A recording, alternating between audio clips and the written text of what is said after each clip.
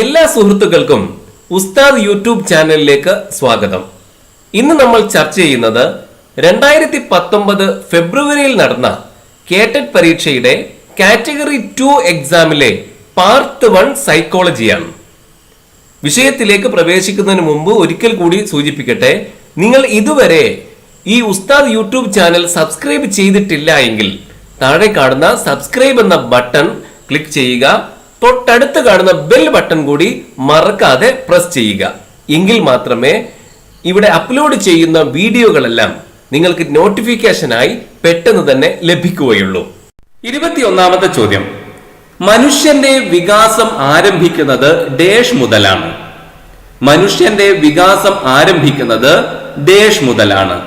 Development of human beings starts from A ജനന പൂർവഘട്ടം prenatal stage, B ശൈശവഘട്ടം infancy stage, C പൂർവ ബാല്യഘട്ടം പ്രീ ചൈൽഡ്ഹുഡ് സ്റ്റേജ്, ഡി പിൽക്കാല ബാല്യഘട്ടം പോസ്റ്റ് ചൈൽഡ്ഹുഡ് സ്റ്റേജ്.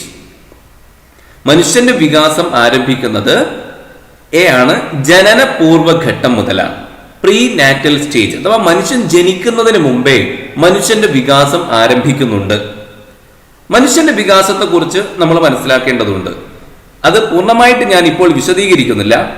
ഈ പ്രീ നാറ്റൽ സ്റ്റേജിൽ അഥവാ ജനന പൂർവ്വഘട്ടത്തിൽ അഥവാ ജനിക്കുന്നതിന് മുമ്പ് മനുഷ്യന് സംഭവിക്കുന്ന വികാസത്തെക്കുറിച്ച്, വികസനത്തെക്കുറിച്ച് നമ്മളൊന്ന് സംക്ഷിപ്തമായിട്ട് മനസ്സിലാക്കാം.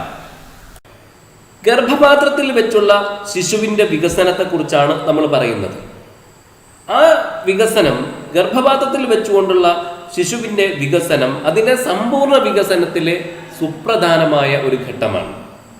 ഇത് ഒരു ചെറിയ കാലഘട്ടമാണെങ്കിലും വളരെ ദ്രുതഗതിയിലുള്ള വികസനമാണ് അപ്പോൾ സംഭവിച്ചുകൊണ്ടിരിക്കുന്നത്. മാത്രമല്ല അത് ക്രമാനുഗതവും പ്രവചനക്ഷമവുമാണ് ആ കാലഘട്ടത്തിലെ വികസനം. ഈ കാലഘട്ടത്തെ മനഃശാസ്ത്രജ്ഞന്മാർ 3 ഘട്ടങ്ങളായിട്ട് വേർതിരിച്ചിരിക്കുന്നു. ഈ ഗർഭപാത്രത്തിൽ കുഞ്ഞ് കഴിയുന്ന കാലഘട്ടത്തെ മനഃശാസ്ത്രജ്ഞന്മാർ 3 ഘട്ടമായിട്ട് വേർതിരിച്ചിട്ടുണ്ട്. ആ 3 അതിൻ്റെതായ പ്രത്യേക വികസന സ്വഭാവവുമുണ്ട്. അത് ഒന്ന് ജെർമിനൽ പീരീഡ്, മറ്റൊന്ന് എംബ്രിയോണിക് പീരീഡ്, മറ്റൊന്ന് ഫീറ്റൽ പീരീഡ്. ഗർഭധാരണം തൊട്ട് 2 ആഴ്ച പൂർത്തിയാകും വരെയുള്ള കാലഘട്ടമാണ് ജെർമിനൽ പീരീഡ്. മലയാളത്തിൽ അതിന് ജീവസ്ഫുരണ ഘട്ടം എന്നാണ് പറയുന്നത്. 2 ആഴ്ച തൊട്ട് 2 മാസം പൂർത്തിയാകുന്നത് വരെയുള്ള കാലഘട്ടത്തെയാണ് എംബ്രിയോണിക് പീരീഡ് അഥവാ ഭ്രൂണഘട്ടം എന്ന് വിളിക്കുന്നത്.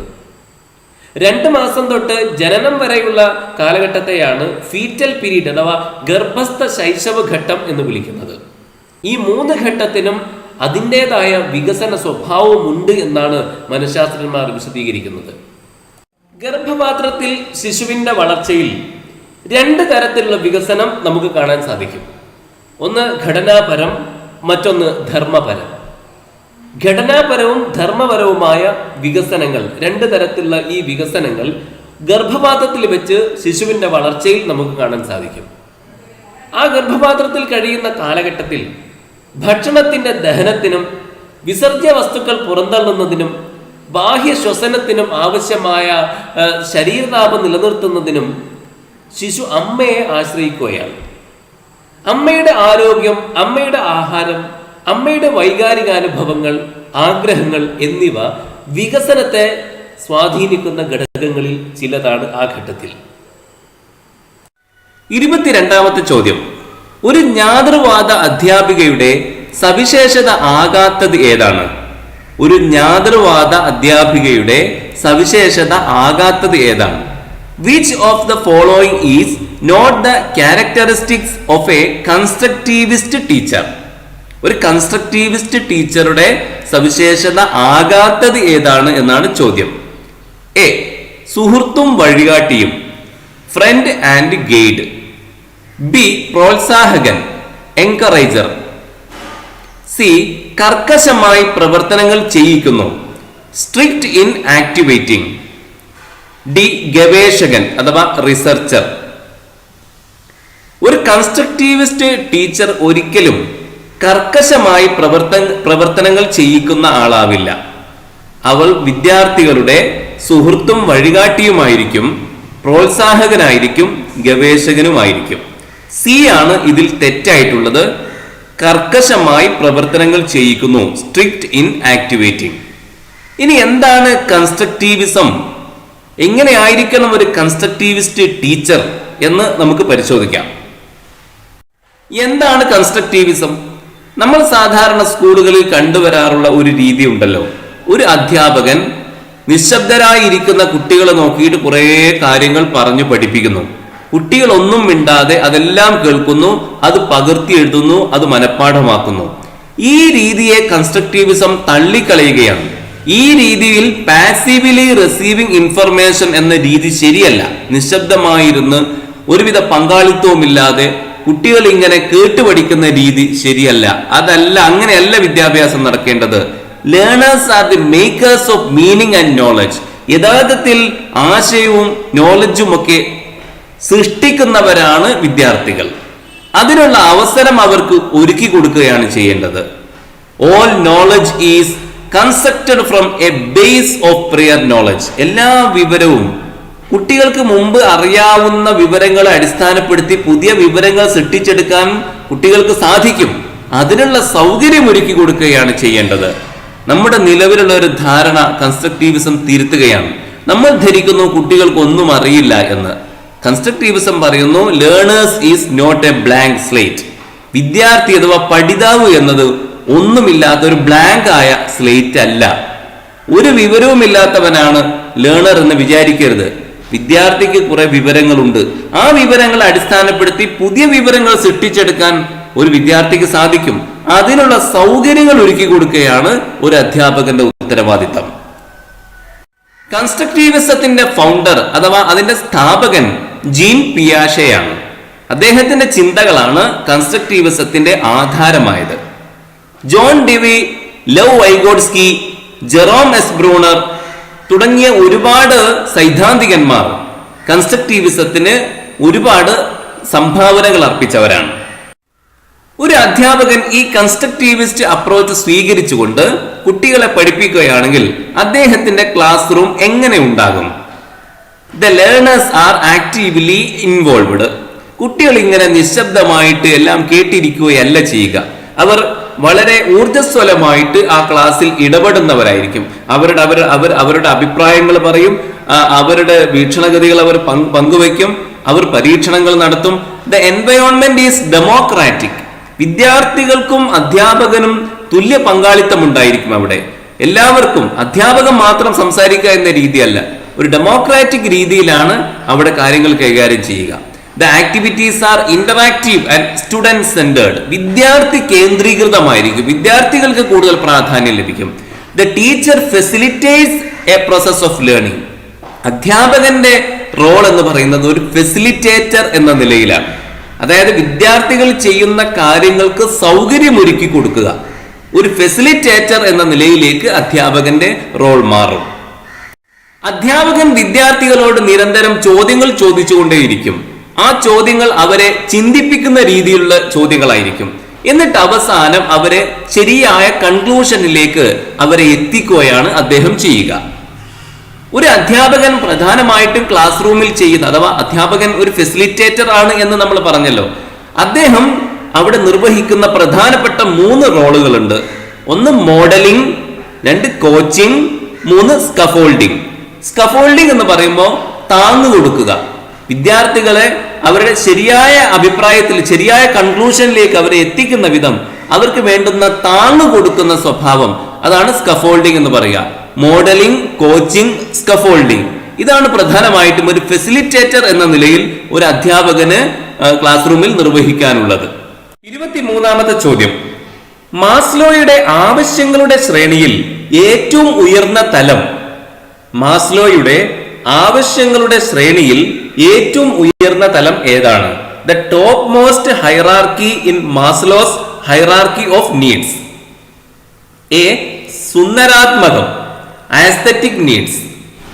ബി ആത്മസാക്ഷാത്കാരം, സെൽഫ് ആക്ച്വലൈസേഷൻ. സി സുരക്ഷിതത്വം അഥവാ സേഫ്റ്റി നീഡ്സ്. ഡി ശാരീരിക ആവശ്യങ്ങൾ അഥവാ ബയോളജിക്കൽ നീഡ്സ്. ബി ആണ് ഉത്തരം, ആത്മസാക്ഷാത്കാരം അഥവാ സെൽഫ് ആക്ച്വലൈസേഷൻ. ഏതാണ്ട് എല്ലാ കാറ്റഗറി പരീക്ഷകളിലും വരുന്ന ഒരു ചോദ്യമാണ് അബ്രഹാം മാസ്ലോവിന്റെ ഹൈറാർക്കി ഓഫ് നീഡ്സ്. കാറ്റഗറി 1-ലും കാറ്റഗറി 3-ലും 4-ലും ഒക്കെ നമുക്കിത് കാണാൻ സാധിക്കും. അതുകൊണ്ട് ഇത് ഗൗരവത്തോടു കൂടി നമ്മൾ ശ്രദ്ധിക്കണം. നമുക്ക് എന്താണ് ഹൈറാർക്കി ഓഫ് നീഡ്സ്, മാസ്ലോവിന്റെ ഹൈറാർക്കി ഓഫ് നീഡ്സ് എന്ന് ഒന്ന് വിശദമായിട്ട് പരിശോധിക്കാം. ഒരു വ്യക്തിയുടെ ആവശ്യങ്ങളെ അദ്ദേഹം ഒരു ഹൈറാർക്കി ആയിട്ട് ക്രമീകരിച്ചിരിക്കുകയാണ്. ഏറ്റവും അടിസ്ഥാനപരമായ ആവശ്യമാണ് ഫിസിയോളജിക്കൽ നീഡ്സ് അഥവാ ശാരീരിക ആവശ്യങ്ങൾ. അതാണ് ഏറ്റവും താഴെ കൊടുത്തിരിക്കുന്നത്. അതിന് തൊട്ടുമുകളിൽ സേഫ്റ്റി, സുരക്ഷിതത്വം. അതിനു മുകളിലാണ് ലവ് ഓർ ബിലോങ്ങിങ്. അതിനു മുകളിൽ എസ്റ്റീം. ഏറ്റവും മുകളിൽ സെൽഫ് ആക്ച്വലൈസേഷൻ. സെൽഫ് ആക്ച്വലൈസേഷൻ എന്ന് പറഞ്ഞാൽ ആത്മസാക്ഷാത്കാരം. അപ്പൊ ഇതാണല്ലോ ചോദ്യം. ഇതിൽ ഏറ്റവും ഉയർന്ന തലത്തിലുള്ളത് ഏതാണ് എന്നാണ് ചോദ്യം. സെൽഫ് ആക്ച്വലൈസേഷൻ ആണ് എന്ന് നമുക്ക് കണ്ടാൽ ഇപ്പോൾ മനസ്സിലാകും. അപ്പൊ ഈ ക്രമം നമ്മൾ പഠിച്ചു വെക്കേണ്ടതാണ്. Physiological, safety, love or belonging, esteem, self actualisation. ആ ക്രമം നമ്മൾ കൃത്യമായി മനഃപ്പാഠമാക്കുക.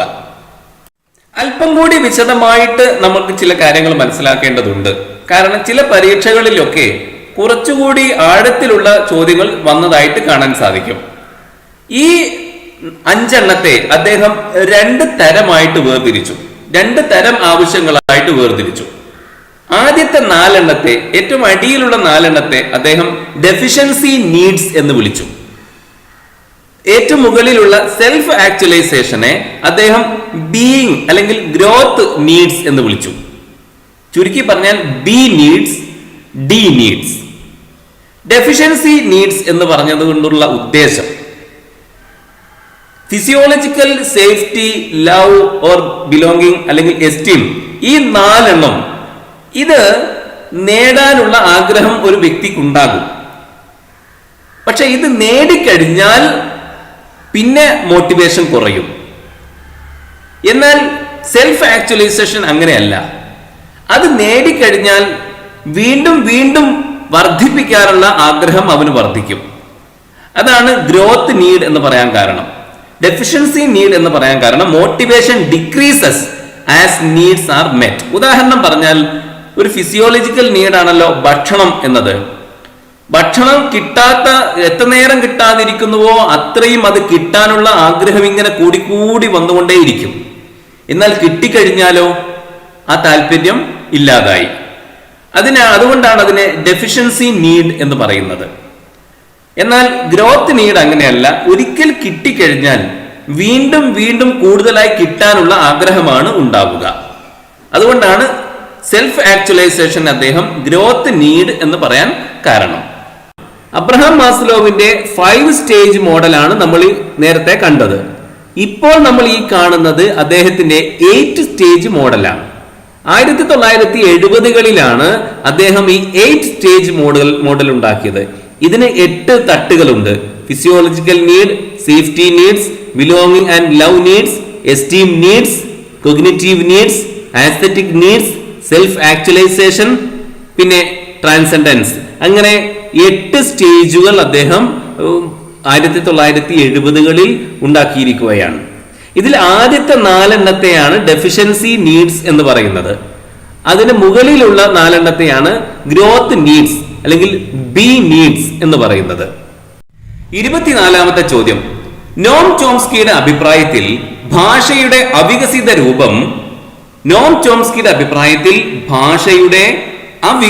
രൂപം according to Noam Chomsky, the rudimentary form of language is being A. സമൂഹത്തിൽ കാണപ്പെടുന്നു, found in society. B. മസ്തിഷ്കത്തിൽ സൂക്ഷിക്കുന്നു, stored in brain. C. വിദ്യാഭ്യാസത്തിലൂടെ മാറ്റം ചെയ്യപ്പെടുന്നു, transferred through education. D. ആശയവിനിമയത്തിലൂടെ വികസിക്കുന്നു, developed by interaction. ഇതിൽ ബി ആണ് ഉത്തരം. മസ്തിഷ്കത്തിൽ സൂക്ഷിക്കുന്നു, stored in brain. Rudimentary form of language അഥവാ ഭാഷയുടെ അവികസിത രൂപം ഓരോ മനുഷ്യന്റെയും മസ്തിഷ്കത്തിൽ സൂക്ഷിക്കുന്നു, സ്റ്റോർഡ് ഇൻ ബ്രെയിൻ. 25. സ്കൂളിലേക്കുള്ള കുട്ടിയുടെ പ്രവേശനം ജീവിതത്തിലേക്കുള്ള കുട്ടിയുടെ പ്രവേശനം തന്നെയാണ്. സ്കൂളിലേക്കുള്ള കുട്ടിയുടെ പ്രവേശനം ജീവിതത്തിലേക്കുള്ള കുട്ടിയുടെ പ്രവേശനം തന്നെയാണ്. എറിക്സന്റെ ഈ വാക്കുകൾ ഏത് മനോസാമൂഹ്യ വികാസവുമായി ബന്ധപ്പെട്ടതാണ്? A child's entry to the school can be described as an entry to the life of this child. These words of Erikson is related with which stage of psychosocial development? എറിക്സന്റെ സൈക്കോ സോഷ്യൽ ഡെവലപ്മെന്റുമായി അഥവാ മനോസാമൂഹ്യ വികാസവുമായി ബന്ധപ്പെട്ട ചോദ്യമാണ്. A. വിശ്വാസം versus അവിശ്വാസം, trust versus mistrust. B. സ്വയം തീരുമാനം വേഴ്സസ് ലജ്ജ ഓർ സംശയം, autonomy versus shame or doubt, സ്വത്ത് സ്ഥാപനം വേഴ്സസ് സ്വത്ത് പ്രതിസന്ധി, identity versus identity crisis. D. അധ്വാനം വേഴ്സസ് അപകർഷത, ഇൻഡസ്ട്രി വേഴ്സസ് ഇൻഫീരിയോറിറ്റി. ഡി ആണ് ഉത്തരം. അധ്വാനം വേഴ്സസ് അപകർഷത, ഇൻഡസ്ട്രി വേഴ്സസ് ഇൻഫീരിയോറിറ്റി. എറിക്സന്റെ സൈക്കോ സോഷ്യൽ ഡെവലപ്മെന്റുമായി ബന്ധപ്പെട്ട തിയറി വളരെ പ്രധാനപ്പെട്ടതാണ്. അത് ഈ ചോദ്യോത്തരങ്ങൾ വിശദീകരിക്കുന്ന ഈ ഒരു ക്ലാസ്സിൽ വിശദീകരിച്ചാൽ അത് മതിയാവുകയില്ല. അത് സ്വന്തമായി കൊണ്ട് തന്നെ ഒരു പ്രത്യേക ക്ലാസ് നമുക്ക് സംഘടിപ്പിക്കാവുന്നതാണ്. അടുത്ത അധികം വൈകാതെ തന്നെ അത് സംബന്ധമായ ഒരു ക്ലാസ് ഉസ്താദ് യൂട്യൂബ് ചാനലിൽ അപ്ലോഡ് ചെയ്യുന്നതാണ്. 26ാമത്തെ ചോദ്യം. ക്ലാസ്സിൽ ഫെമിന ടീച്ചർ ചോദ്യം ചോദിക്കുന്നതെല്ലാം ആൺകുട്ടികളോട് മാത്രമാണ്. ഇത് വ്യക്തമായും ഡേഷിന് ഉദാഹരണമാണ്. ക്ലാസ്സിൽ ഫെമിന ടീച്ചർ ചോദ്യം ചോദിക്കുന്നതെല്ലാം ആൺകുട്ടികളോട് മാത്രമാണ്. ഇത് വ്യക്തമായും ഡേഷിന് ഉദാഹരണമാണ്.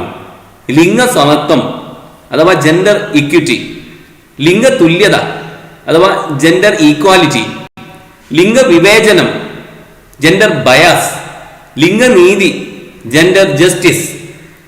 സി ആണ് ഉത്തരം. ലിംഗ വിവേചനം, ആൺകുട്ടികളോട് മാത്രം ചോദ്യം ചോദിക്കുക എന്നത് ലിംഗവിവേചനമാണ്, ജെൻഡർ ബയാസ്. സി ആണ് ഉത്തരം. 27. പഠന സിദ്ധാന്തങ്ങളെ അടിസ്ഥാനപ്പെടുത്തി കൈത്താങ് നൽകൽ എന്നാൽ? പഠന സിദ്ധാന്തങ്ങളെ അടിസ്ഥാനപ്പെടുത്തി കൈത്താങ് നൽകൽ എന്നാൽ in the context of learning theories scaffolding refers to a. കുട്ടികൾ വരുത്തുന്ന തെറ്റുകളുടെ കാരണം കണ്ടെത്തൽ, ബി. കുട്ടി അറിവ് നേടിയത് എത്രത്തോളം എന്ന് പരിശോധിക്കൽ, സി. കുട്ടിക്ക് മുതിർന്നവരോ അധ്യാപകരോ നൽകുന്ന പിന്തുണ, ഡി. കുട്ടിയുടെ മുൻധാരണകൾ ഉറപ്പാക്കൽ. കൈത്താങ് നൽകൽ അഥവാ സ്കഫോൾഡിംഗ് എന്നാൽ എന്താണ് എന്നാണ് ചോദ്യം. സി ആണ് ഉത്തരം. കുട്ടിക്ക് മുതിർന്നവരോ അധ്യാപകരോ നൽകുന്ന പിന്തുണ, the support provided to the learner by elders or teachers. പഠിക്കുന്ന കുട്ടിക്ക് പഠിക്കാൻ കഴിയാത്ത കാര്യങ്ങളിൽ അവർ നൽകുന്ന സഹായം, ഒരു കൈത്താങ്, അതിനെയാണ് സ്കഫോൾഡിംഗ് അഥവാ കൈത്താങ് നൽകൽ എന്ന് പറയുന്നത്. സി ആണ് ഉത്തരം. 28ാമത്തെ ചോദ്യം. അഭിപ്രേരണയുമായി ബന്ധപ്പെടുത്തി സാമൂഹികമായ അംഗീകാരം, അധികാരത്തോടുള്ള ആഗ്രഹം, നേടാനുള്ള ആഗ്രഹം എന്നിവ മുന്നോട്ട് വെച്ചത്? അഭിപ്രേരണയുമായി ബന്ധപ്പെടുത്തി സാമൂഹികമായ അംഗീകാരം, അധികാരത്തോടുള്ള ആഗ്രഹം, നേടാനുള്ള ആഗ്രഹം എന്നിവ മുന്നോട്ട് വെച്ചത് need for affiliation, need for power and need for achievement related with the theory of motivation was proposed by A. Abraham Maslow, B. McClelland, C. Bandura, D. Adler. B ആണ് ഉത്തരം. മെക്ലാൻഡ്. മെക്ലാൻഡ് എന്താണ് പറഞ്ഞത് എന്ന് നമുക്കൊന്ന് പരിശോധിക്കാം. ഇനി നേടാനുള്ള അഭിപ്രേരണയെ കുറിച്ച് പറയാം. Achievement, motivation. നേടാനുള്ള അഭിപ്രേരണയെ കുറിച്ചുള്ള സിദ്ധാന്തം അവതരിപ്പിച്ചത് ഹാർവാർഡ് സർവകലാശാലയിലെ പ്രൊഫസറായിരുന്ന മക്ലെലൻഡ് എന്ന് പറയുന്ന വ്യക്തിയാണ്. മക്ലെലൻഡ് 1951 അദ്ദേഹം ഈ സിദ്ധാന്തം അവതരിപ്പിക്കുന്നത്. നേരത്തെ നമ്മൾ പറയുകയുണ്ടായല്ലോ, മനുഷ്യന്റെ ആ അഭിപ്രേരണയുടെ ചക്രത്തെക്കുറിച്ച് നമ്മൾ പറയുകയുണ്ടായി. അഭിപ്രേരണ ചക്രത്തെക്കുറിച്ച്, അഥവാ മനുഷ്യനൊരു ആവശ്യമുണ്ടാകുന്നു, അതിൽ മോട്ടീവ് ഉണ്ടാകുന്നു, പിന്നെ പിരിമുറുക്കം ഉണ്ടാകുന്നു, പിരിമുറുക്കം മനുഷ്യനെ പ്രവർത്തിക്കാൻ വേണ്ടി നിർബന്ധിക്കുന്നു, അങ്ങനെ മനുഷ്യൻ ലക്ഷ്യബോധത്തോടെ പ്രവർത്തിക്കുന്നു, അങ്ങനെ സാറ്റിസ്ഫാക്ഷനിൽ എത്തിച്ചേരുന്നു എന്ന് നമ്മൾ പറയുകയുണ്ടായി. ഇദ്ദേഹം പറഞ്ഞു, മക്ലെലൻഡ് പറഞ്ഞത്, മനുഷ്യൻ ഓരോ പ്രവർത്തനങ്ങൾ ഏർപ്പെടുന്നത് പിരിമുറുക്കമൊക്കെ ഇല്ലാതാക്കി മാനസികമായ സംതൃപ്തി സാറ്റിസ്ഫാക്ഷൻ ഉണ്ടാക്കാൻ വേണ്ടിയിട്ടൊന്നുമല്ല, അതിനൊന്നുമല്ല മനുഷ്യൻ പ്രവർത്തിക്കുന്നത് എന്നാണ് ഇദ്ദേഹം പറയുന്നത്, മക്ലെലൻഡ് പറഞ്ഞത്. അദ്ദേഹം പറഞ്ഞു മനുഷ്യൻ പ്രവർത്തിക്കുന്നത് എന്തിനാണ്? മനുഷ്യൻ കൂടുതൽ നന്നാവാൻ വേണ്ടിയിട്ട്, തനതായ നേട്ടങ്ങൾ കൈവരിക്കാൻ വേണ്ടിയിട്ട്, ദീർഘകാലാടിസ്ഥാനത്തിലുള്ള നേട്ടം കൈവരിക്കാനൊക്കെ വേണ്ടിയിട്ടാണ് മനുഷ്യൻ പ്രവർത്തിക്കുന്നത്. അപ്പോൾ നേടാനുള്ള അഭിപ്രേരണയാണ് മനുഷ്യനെ പ്രവർത്തിക്കാൻ പ്രേരിപ്പിക്കുന്നത് എന്നാണ് മക്ലെലൻഡ് പറഞ്ഞത്. അദ്ദേഹമാണ് മക്ലെലൻഡ് എന്ന ഹാർവാർഡ് സർവകലാശാലയിലെ പ്രൊഫസറാണ് അച്ചീവ്മെന്റ് മോട്ടിവേഷൻ എന്ന സിദ്ധാന്തം മുന്നോട്ട് വെക്കുന്നത്. ഇത് സംബന്ധമായിട്ട് ഒരു കേട്ടൽ പരീക്ഷയിൽ ഒരു ചോദ്യം വന്നു. അച്ചീവ്മെന്റ് മോട്ടിവേഷൻ സിദ്ധാന്തത്തിന്റെ ഉപജ്ഞാതാവ് ആര്? Who proposed the theory of achievement motivation? ഇപ്പൊ നമ്മൾ പറഞ്ഞതേ ഉള്ളൂ. അപ്പോൾ അബ്രഹാം മോസ്ലോ അല്ല, കാൾ റോജേഴ്സ് അല്ല, E.L. തൊണ്ടേക്കുമല്ല, ഡേവിഡ് മക്ലെലൻഡ് എന്ന സി എന്ന ഓപ്ഷനാണ് ശരിയായ ഉത്തരം. അച്ചീവ്മെന്റ് മോട്ടിവേഷൻ എന്ന സിദ്ധാന്തത്തിന്റെ ഉപജ്ഞാതാവ് ഡേവിഡ് മക്ലെലൻഡ് ആണ്. 29ാമത്തെ ചോദ്യം, ചോദക പ്രതികരണങ്ങളുടെ മേളനത്തിലൂടെയുള്ള പഠനത്തിന് ഊന്നൽ നൽകുന്നത്? ചോദക പ്രതികരണങ്ങളുടെ മേളനത്തിലൂടെയുള്ള പഠനത്തിന് ഊന്നൽ നൽകുന്നത് association between stimulus and response leading to learning is emphasised by A. മാനവികതാവാദം ഹ്യൂമാനിസം, ബി. ജ്ഞാന നിർമ്മിതിവാദം കൺസ്ട്രക്റ്റിവിസം, സി. ചേഷ്ടാവാദം ബിഹേവിയറിസം, ഡി. ജ്ഞാതൃവാദം കൊഗ്നിറ്റീവിസം. സി ആണ് ഉത്തരം, ചേഷ്ടാവാദം അഥവാ ബിഹേവിയറിസം. ബിഹേവിയറിസമാണ് ചോദക പ്രതികരണം അഥവാ സ്റ്റിമുലസ് ആൻഡ് റെസ്പോൺസ് ഇവയുടെ മേളനത്തിലൂടെയുള്ള പഠനത്തിന് ഊന്നൽ നൽകുന്നത്. സി ആണ് ഉത്തരം. 30ാമത്തെ ചോദ്യം, ചുവടെ കൊടുത്തിരിക്കുന്നവയിൽ പഠനവുമായി ബന്ധപ്പെട്ട് ശരിയായ പ്രസ്താവന ഏതാണ്? ചുവടെ കൊടുത്തിരിക്കുന്നവയിൽ പഠനവുമായി ബന്ധപ്പെട്ട് ശരിയായ പ്രസ്താവന ഏതാണ്? Which among the following statements is true about learning? A. കുട്ടിയുടെ വൈകാരിക ചിന്തക്ക് അനുകൂലവും തൃപ്തികരവുമായ അന്തരീക്ഷത്തിൽ നടക്കുന്ന പഠനം കാര്യക്ഷമമായതാണ്. കുട്ടിയുടെ വൈകാരിക ചിന്തക്ക് അനുകൂലവും തൃപ്തികരവുമായ അന്തരീക്ഷത്തിൽ നടക്കുന്ന പഠനം കാര്യക്ഷമമായതാണ്. ബി. കുട്ടികൾ തെറ്റുകൾ വരുത്തുന്നുവെങ്കിൽ പഠനം നടന്നില്ല എന്ന് അനുമാനിക്കാം. സി. പഠനം അടിസ്ഥാനപരമായി ഒരു മാനസിക പ്രവർത്തനമാണ്. ഡി. വൈകാരികമായ ഘടകങ്ങൾ ഒരിക്കലും പഠനത്തിന്റെ ഒരു ഘട്ടത്തിലും ബാധിക്കുന്നില്ല. എ ആണ് ഉത്തരം. കുട്ടിയുടെ വൈകാരിക ചിന്തക്ക് അനുകൂലവും തൃപ്തികരവുമായ അന്തരീക്ഷത്തിൽ നടക്കുന്ന പഠനം കാര്യക്ഷമമായതാണ്. എ ആണ് ഉത്തരം.